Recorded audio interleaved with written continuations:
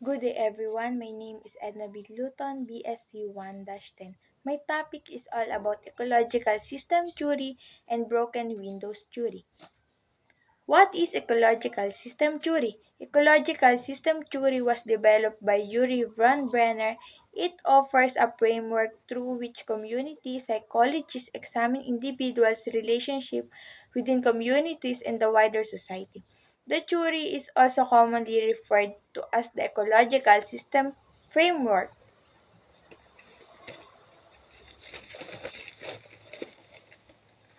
Ecological system formulated by famous psychologists, this theory helps us understand why we may behave differently when we compare our behavior in the presence of our family and our behavior when we are in school or at work.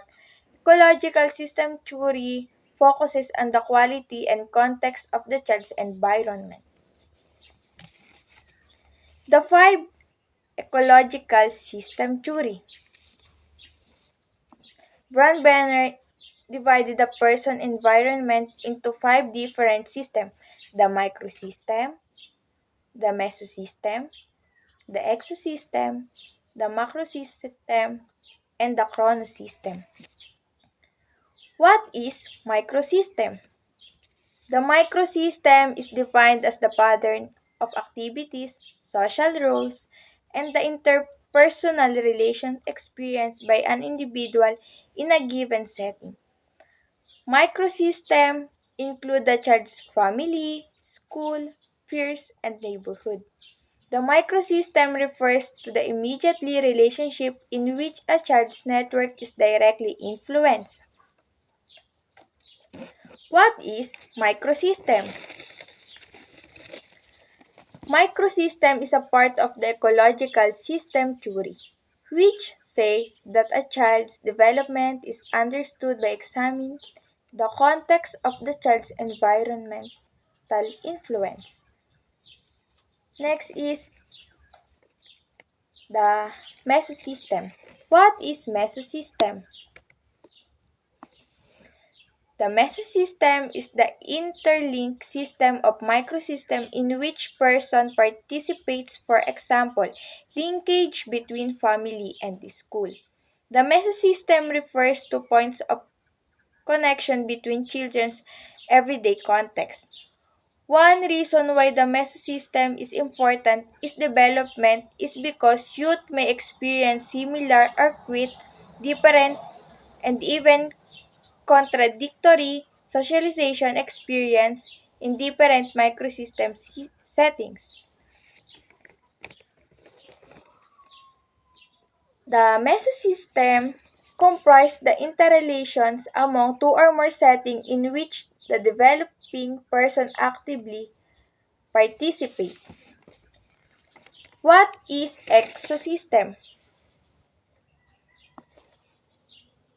An ecosystem refers to one or more settings that do not involve the developing person as an active participant, but in which events occur that affect or are affected by what happens in the setting containing the developing person. The ecosystem is the third level of Brenner's ecological system theory. The ecosystem contains the settings or events that the child does not actively participate in but that have a profound effect on the child's development nonetheless. The ecosystem is a component of the ecological system theory developed by Yuri von Brenner in the 1970s. What is the importance of ecosystem? It provides habitat to wild plants and animals, promote various food chains and food webs. It controls essential ecological processes and promotes lives involved in the recycling of nutrients between biotic and abiotic components.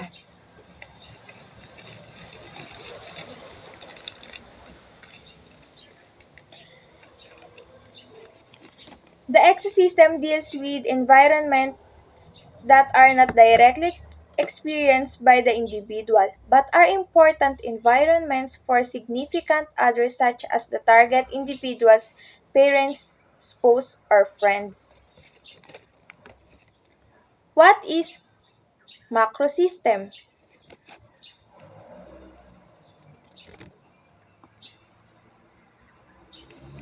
The macrosystem is component of Bronbrenner's ecological system theory that focuses on how cultural elements affect child's development, such as socioeconomic status, wealth, poverty, and ethnicity.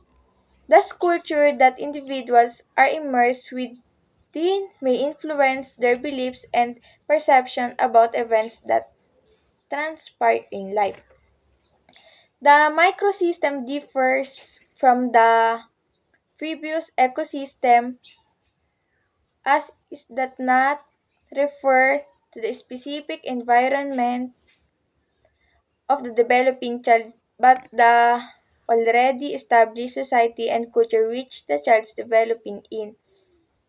This can also include the socioeconomic status, ethnicity, geography, location, and ideologies of the culture. Macrosystem is the outermost macro layer of the biological model, encompasses cultural and societal beliefs, decisions, and action which influence an individual child's development. What is chronosystem? The fifth, the final of the Bronbrenner's ecological system theory is known as the chronosystem. This, this system consists of all the environmental changes that occur over the lifetime which influence development, including major life transition and historical events. These can include normal life transitions such as starting school but also include non-normative life transitions such as parents getting a divorce or having to move to a new house. The chronosystem is made up of the environmental events and transition that occurs throughout child's life. Next is the broken windows theory. The broken windows theory is a criminological theory that states that visible signs of crime, antisocial behavior, and civil disorder create an urban environmental that encourage further crime and disorder, including serious crime. Broken windows theory academic theory proposed by James Q. Wilson and George Kelling in 1982 that used broken windows as a metaphor for disorder within neighborhoods. The theory links disorder and incivility within a community to subsequent occurrence of a serious crime.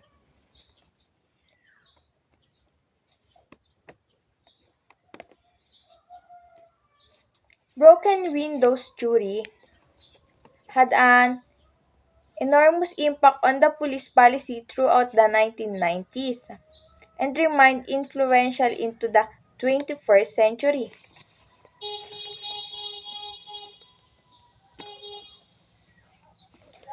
Why is the broken windows theory important? Thus, the theory makes a few major claims that improving the quality of the neighborhood environment, reduce petty crime and anti-social behavior, and low-level disorder.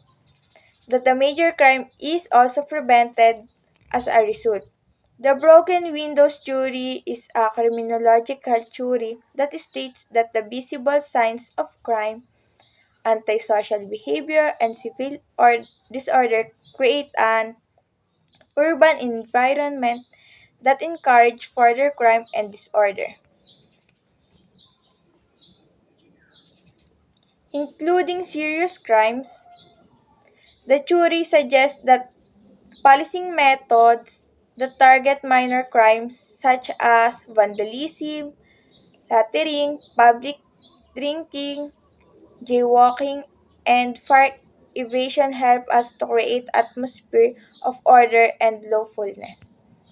The theory becomes subject to great debate both within the social science and the public sphere.